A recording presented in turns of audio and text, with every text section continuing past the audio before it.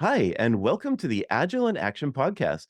Today's guest is Sophia Matveeva, who is the CEO of Tech for Non-Techies.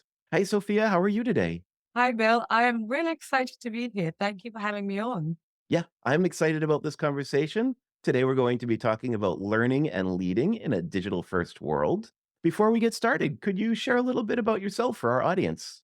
Yes, so I run a company called Tech for Non-Techies because I myself am a non-technical person who, to my great surprise, found myself in the tech world. And it's a really, really different world. So I started my career in the media, worked in private equity, then in London, got my MBA at Chicago based.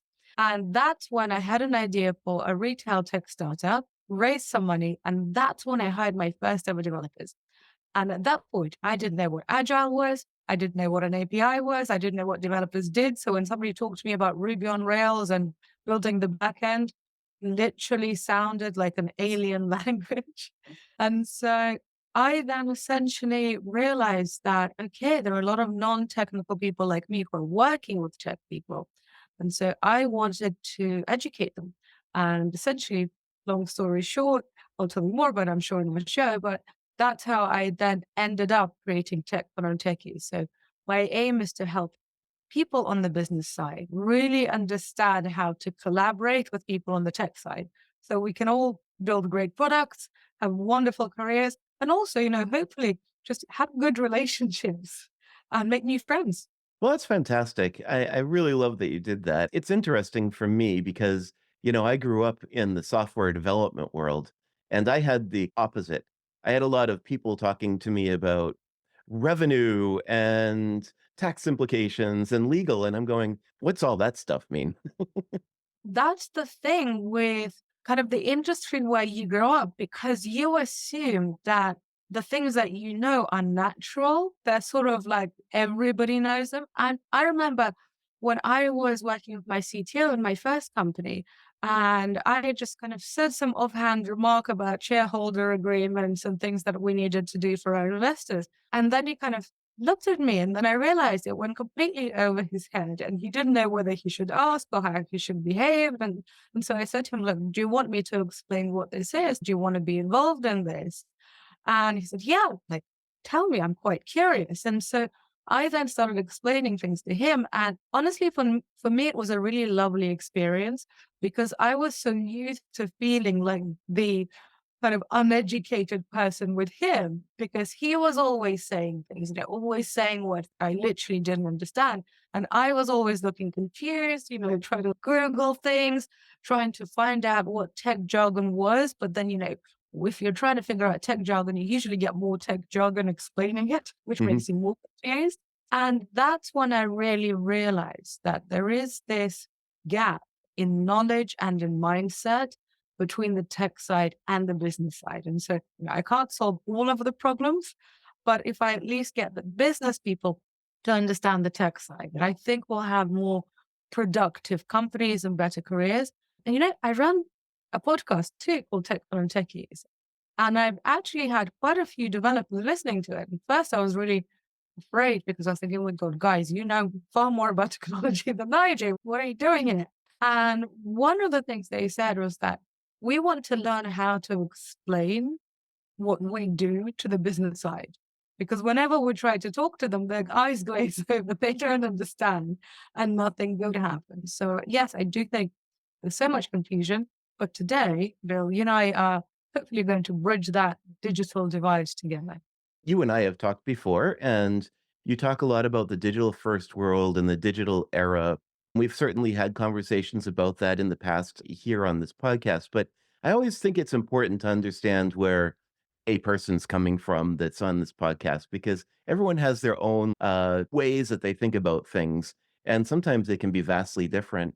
So, the first question, of course, would be what does agility mean to you? And maybe you could also follow that up in the same thought with what the digital era means to you. Well, I think agility, here obviously we're talking about technology, but forget that for a second. I think it just means an adaptable mindset. So basically, somebody who is adapting to the circumstances. So you can think of, skiing. A skier has to be agile because they're going one direction and then another direction. Or a sailor, you're attacking, you're not just, you don't just have a plan and you're like, there we go. It doesn't matter if there's a typhoon or a shark. I'm just going to go in that direction. No, you adjust. And this is what I love about software and the digital revolution that we're in now is that products are created as these live things that react to the market, which I think is really fascinating. And so much for me, more interesting than making a product, say like this microphone, which is like you've made the microphone, and if there's something that doesn't work in it, there's nothing you can do. You just have to make another microphone. Where software is this constantly adapting thing. Your second question was, what is the digital age? So the way I think about it is probably, I think it started in the, what is it, mid 90s when essentially more and more people started going online and businesses and interactions started happening online. And really, it kind of grew from then to the point where we are now. We're now in the information era. So part of that is that we're information age workers. So we depend on our knowledge as opposed to on our muscle most of the time. And that knowledge is usually distributed through software. So it has changed the economy, it has changed our behavior, and it has also, changed how we earn and how we learn. Yeah, and I think we're even seeing some pretty significant changes right now just in the marketplace as AI has taken over. Boy, the layoffs are really happening right now, aren't they? There's always going to be a disruption and there's always going to be change. There are always going to be some sort of layoffs when there is a new technology, but also it means that there is going to be a whole new kind of skill set, a new opportunity. I've got a sort of slightly morbid example, during the wars, so the First World War and Second World War, because the men were fighting, the women entered the workforce. And I remember one of my Chicago Booth professors, he said, well, we can actually look at women entering the workforce in the same way that you can see a new technology entering the workforce and disrupting it because it was a completely different, there was kind of a big exogenous shift. And yes, that meant that when men were coming back to work, they weren't entirely happy that, there was somebody else driving the tram. And so, of course, there was disruption. But now, if we actually look at what's happened to the economy as a result of that, more people entering the workforce equals more productivity, equals more GDP growth, equals more tax revenue, equals better public services, and so on and so forth. So job losses obviously really suck for the people who are experiencing them, but also in the longer term, new technologies, new exogenous, positive shifts in the market, which I think, AI is, they're only going to make us more productive. That's really interesting way to think about that. It happens every 10 years or 12 years. There's some new big thing that occurs, and everyone thinks it's going to change the world. And it always does to a certain extent. But yeah, like you said, there's new opportunities. However, if someone wasn't keeping up with that new technology and knew it was coming, then there are some challenges there. What are some of the companies looking for in this digital era? I think the new unicorn that lots of companies are hunting for is somebody who understands how to speak business and how to speak tech. And I'm using the word speak quite deliberately because, I think you can be a very technical expert who, a fantastic developer who really understands how the business side thinks and who really understands, okay, how are those people incentivized? What are they afraid of? What are they looking for? And essentially, if the tech person really understands how to speak business, that's the kind of person who's essentially going to get their ideas funded, right? Like that's the person who's going to understand what are the priorities of the CFO. So that's how I can get my project funded, or how do I pitch to investors? That doesn't mean that their implementation won't be technical, but because they know how to speak to the other side, they can have a more interesting career. It's the same thing on the business side. So, yes, there are lots of coding courses around, and yes, that's wonderful. But I think actually a lot of business people don't necessarily need to go and learn, C++ or Python or whatever. It's actually really quite hard to do, but they need to understand how to speak to a developer, how to speak to a data scientist, and to just understand the flow. Okay, how does a product go from an idea to something that millions of people are using? What are the steps and who are the professionals involved in this? This is basically the employee of the future, a person who can be comfortable in both. And I think our education system right now is not producing that employee, which is why that employee is so sought after, because that employee is a self-made person. Because they're either, they have to go and create their own curriculum because they're kind of leaving their tribe and they're trying to figure out how to speak to the other tribe. And not only does that mean that they actually know some language, they know about shareholders agreements or they know about APIs, but also they exhibit a curiosity. And, curiosity, that's like, you can't be innovative unless you're curious. Does that make sense? It absolutely does, and it very much resonates with me. Okay, I'm not trying to gatekeep or anything like that, but being here in San Francisco, there's a lot of startups, and there's a lot of people that are trying to create that next big thing. And very often, you hear people say, "I just did yet another pitch meeting for this great idea that I had, and it didn't work out." And this has happened so many times that I've heard this.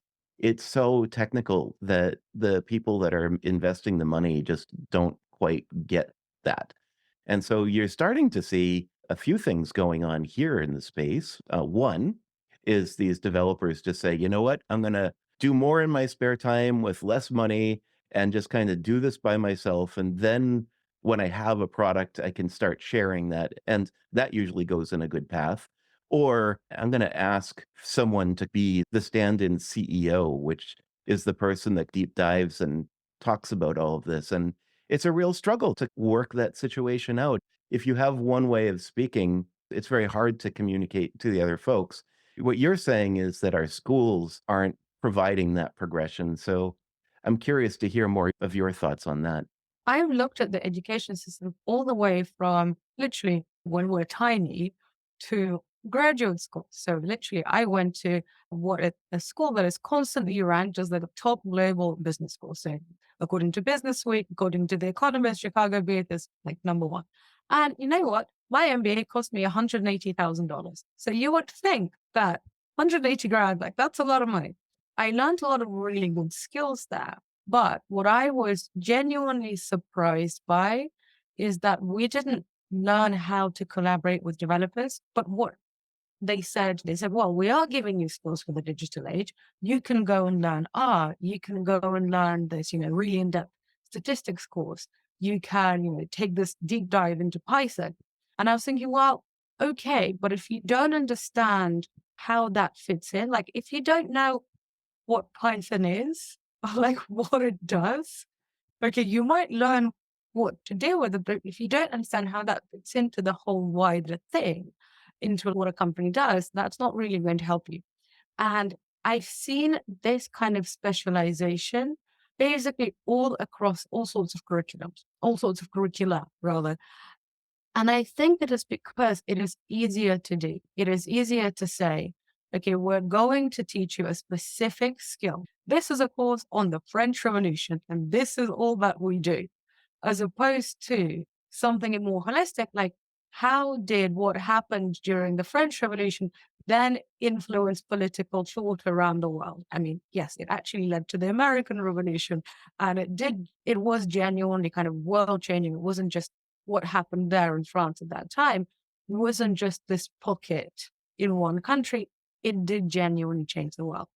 And so that's kind of a humanities example. I think with business concepts, with tech concepts too, I think what people genuinely need more than diving into something really, really deeply is understanding why are we doing this in the first place? What is the implication of this? What does it mean? How does it fit into the wider whole? And that's harder to create. And it's also, I think, it's different from our industrial revolution era education system, because during the industrial revolution, we all stood at factories, right? When you're working in a factory, the factory owner doesn't necessarily need you to understand how everything works in the factory. They just want you to know how to use your machine to make lots and lots of widgets. And this is what the education system still does. You learn this thing, and then you learn this other thing in the following lesson, and it might be completely different, and you don't really understand how they connect it. The way we're taught is then picked up in corporate training programs and in business schools and so on and so forth, which is why I think people become more and more separate. And, also as you get older, if you're a developer, you spend most of your time with other developers, right? So then you basically start thinking that everybody else in the world is a developer or everybody thinks like you. It's the same with the business side. If you're a marketer, you're probably working with marketers, spending all your time with marketers, going to marketing conferences, and you kind of don't really realize that this other side exists. And so what my aim is to just teach people enough so they can speak to each other, not completely remake them. For example, I'm actually doing quite a lot of work with law firms right now. And it's really interesting because law firms started approaching me and they started saying, well, we want to learn how to speak tech because we work with tech clients. And so if you're a lawyer representing Meta or you're working with a venture capital fund, you're still a lawyer. Your job is to draw up agreements or to be a litigator, to protect your client. Your job is the law. But the more you understand what software and service is, then you'll be able to actually serve the client and, win the business. I think the future is knowing enough so you can collaborate. Does that make sense? 100% does. It's just so interesting to me that we haven't figured this one out. It's been around for so long. I agree with you. You don't necessarily need to learn how to write in a programming language. But boy, imagine if you knew about these different programming language options and you had this idea for a product that could get you to a point where you could bring someone in to help you with that product. And you already had enough base knowledge to know the things that needed to happen. Like, oh, we know we're going to need a database. We know we're going to need some sort of a reporting system. We know we're going to need to have some sort of a marketing campaign. All those little things. Maybe you've learned some of them, but not all of them holistically. So I guess I'm curious, you went through your MBA program. You said there was a lot that you wish you had learned. How would a school maybe incorporate these ideas into their curriculum? You know what you were just talking about? I actually created that course called Tech for Non-Technical Founders. And I have taught it at London Business School and I've guest lectured at Oxford and, my alma mater in Chicago. And so that thing of, okay, if I have an idea, because, lots of MBA students have an idea for a tech startup and they have no idea, like they have literally no skills to build it. And so essentially I created that holistic overview for them, which is what I wish I had had.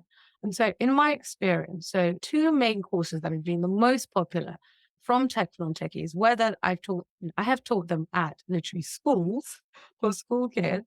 I've taught them at business schools and also I've taught, updated versions at corporates. And it's interesting that it's basically the same content, but just the case studies are different because, if you're talking to a 16-year-old, you got to have different case studies than if you're talking to a 45-year-old, right?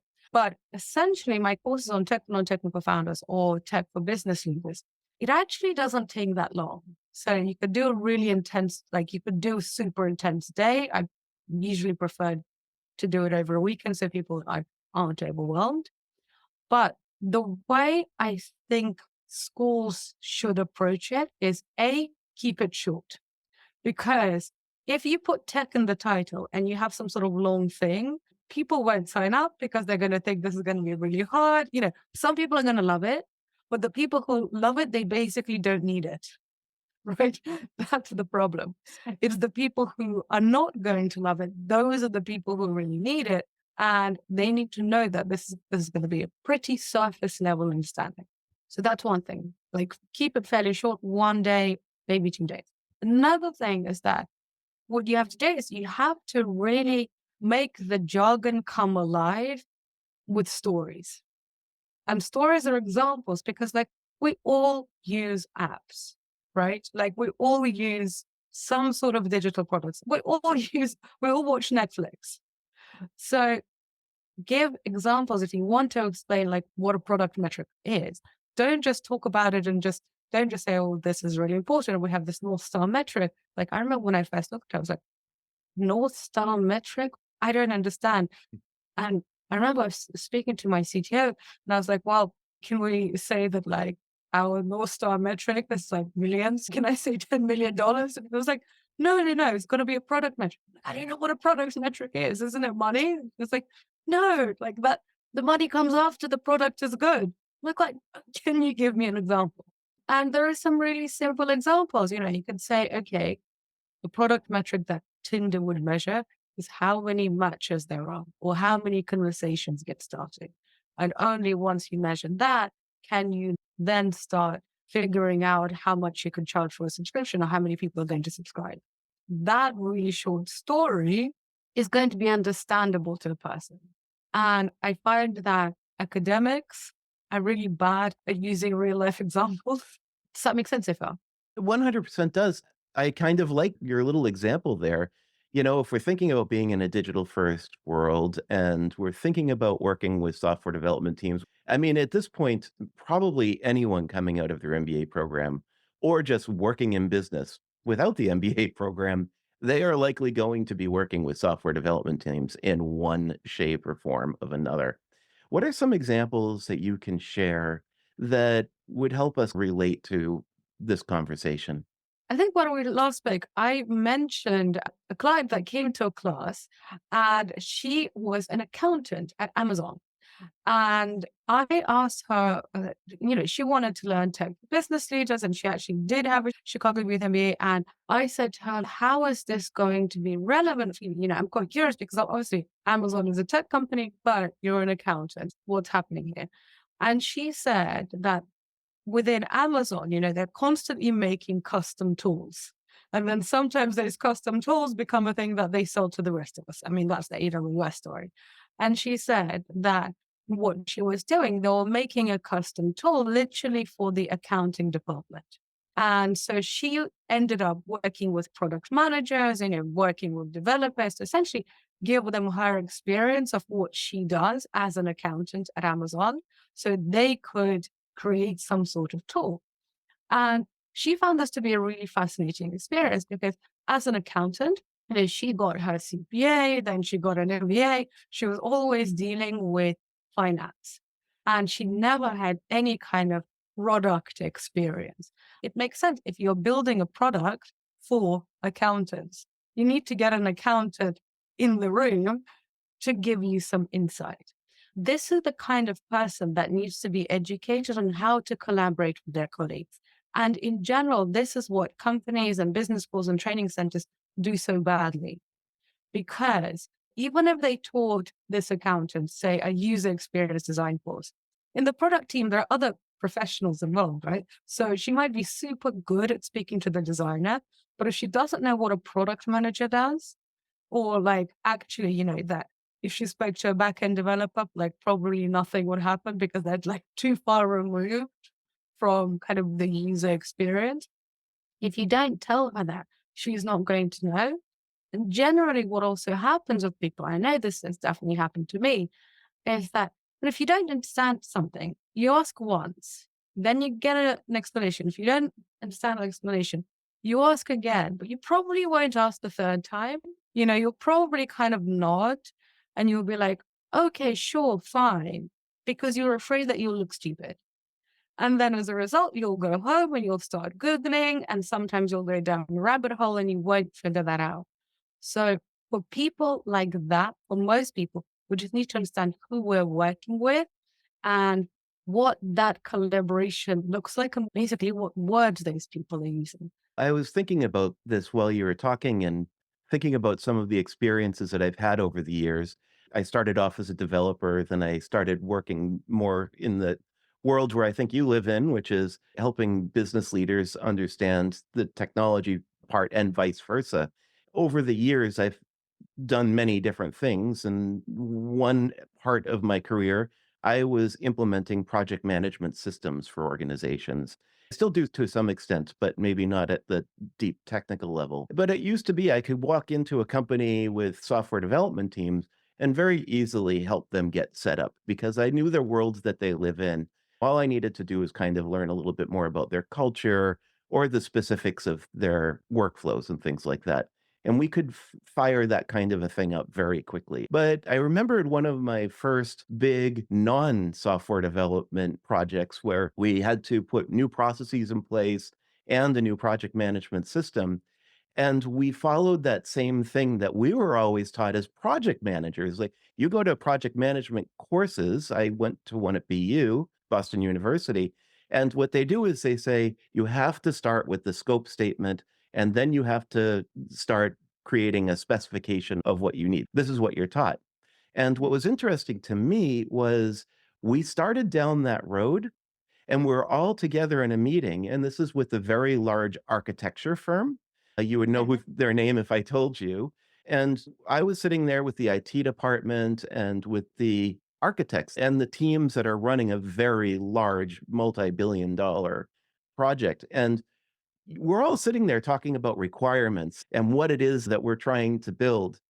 And I can't tell you how completely disconnected we were not even knowing it. We went off Mhm. and built our scope statement and some requirement stuff and brought it back to them, and they said, "What is this?" Even though you use words that we understand, this isn't what we're talking about. And so one of the things that I think was super interesting that we just said, "Okay, before this turns into a us versus them, before this turns into this project is gonna fail, let's completely just step back and we're going to spend some time with you at the office. And we'd like you to show us around, introduce us to the people that are doing these things, have them teach us a little bit about how they do the work, how you tie all this together, and the processes that you use." So we got really embedded in the work a lot more.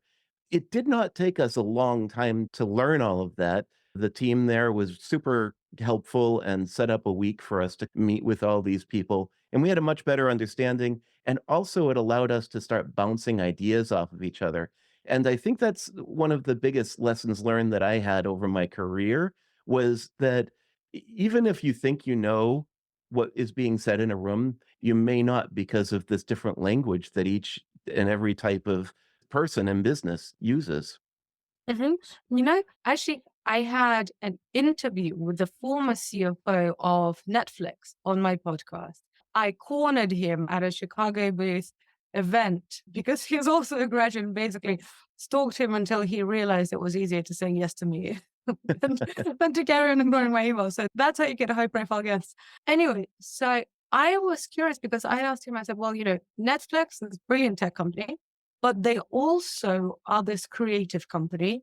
And you're the finance guy. You're basically the dude who holds all of the money. So basically, everybody wants something from you. And in a company like that, you have to speak tech, obviously, but you also have to speak Hollywood. And and you have to be a business guy. Like, how does this work? And he gave a really interesting example of essentially how the C-suite talks to each other and how they make decisions. Essentially, the lesson I got from that was it's intelligent people who are the best people in their field, but who have the humility to understand that, okay, you might be the best, I don't know, content creator or the best like head of content, but what you are doing is different to the CTO. So yes, you need to understand each other. You need to understand the dynamics of the industry. The chief technology officer of Netflix has to understand some of the Hollywood dynamics or some of their TV creation dynamics. They have to. Also, I mean, that's interesting. They'll probably want to, right? But their aim is not to go and become a film director.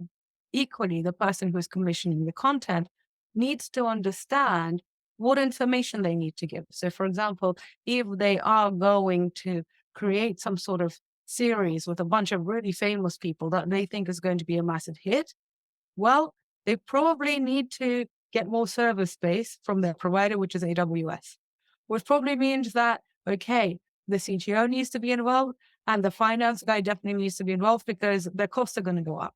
So if their costs are going to go up, then they need to get more revenue in, which means that the marketer needs to be involved.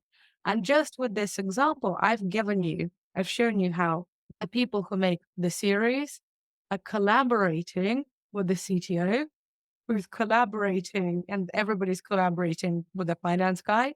And then the finance guy is like, okay, listen, this is all great, but this is going to cost us a lot of money. So we need to sell some more subscriptions.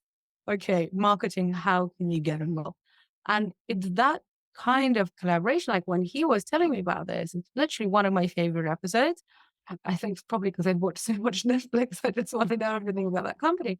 But when he was telling me about this, I thought, how cool is that? Like just a bunch of really smart people who are all creative in their different ways, coming together like this kind of Ocean's 11 to solve problems. Isn't that so cool?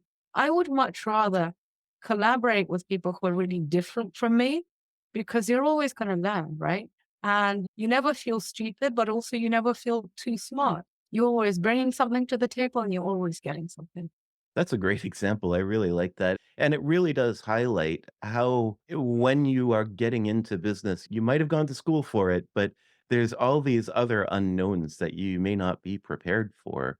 So if someone's looking to get some higher learning, when they're looking at the courseware, when they're looking at the curriculum, what should they be looking for? And if it's not there, but they're still really going for it, what should they consider adding into their own personal life to learn?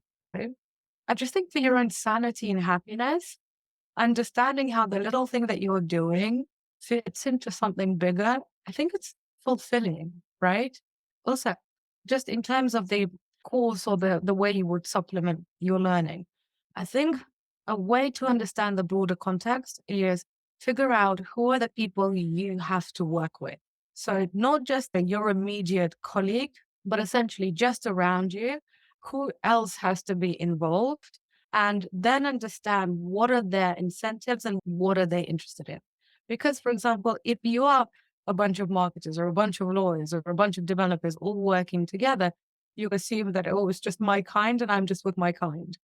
But around that, there will be other people, right? There will be other professionals with different skill sets and different mindsets.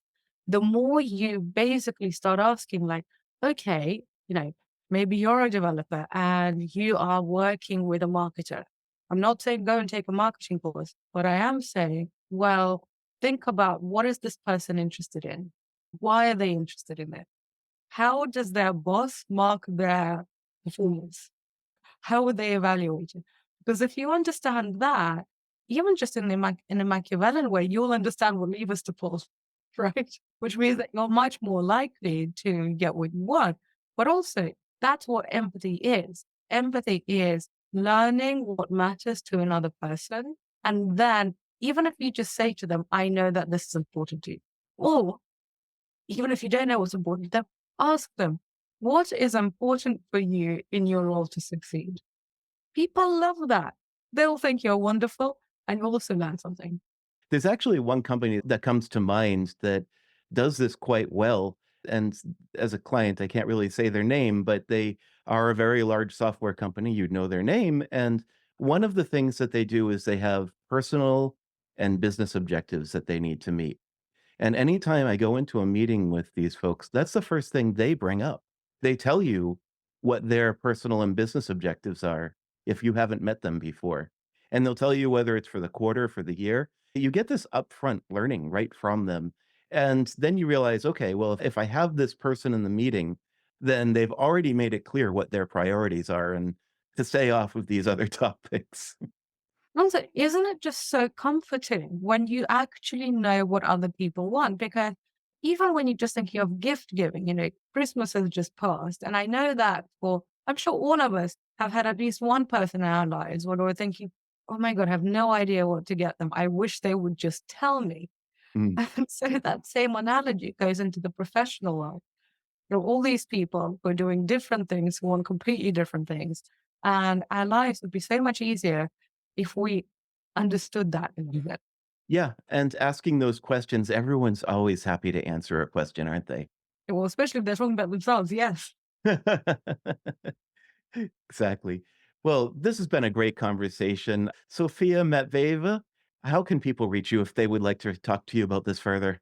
They can get in touch with me on LinkedIn. That's where I'm most active. Also, Non-Techies has its own YouTube channel and Instagram and TikTok. So all the things. But I personally, I'm most active on LinkedIn. And obviously check out the Non-Techies podcast. Yeah, absolutely. That'll be available on the agileinaction.com website. And of course, if you're listening in a podcast app or watching the video on YouTube right now, then you'll find that in the show notes in the description. Sophia, thank you so much for your time today. Thank you so much, Bill. I have loved this conversation. Thank you for listening to the Agile in Action podcast with Bill Raymond. Subscribe now to stay current on the latest trends in team organization and agile techniques. Please take a moment to rate and comment to help us grow our community. This podcast is produced in affiliation with Cambermast LLC, and our executive producer is Riyama Dagason. If there is a topic you would like Bill to cover, contact him directly at bill.raymond@agileinaction.com.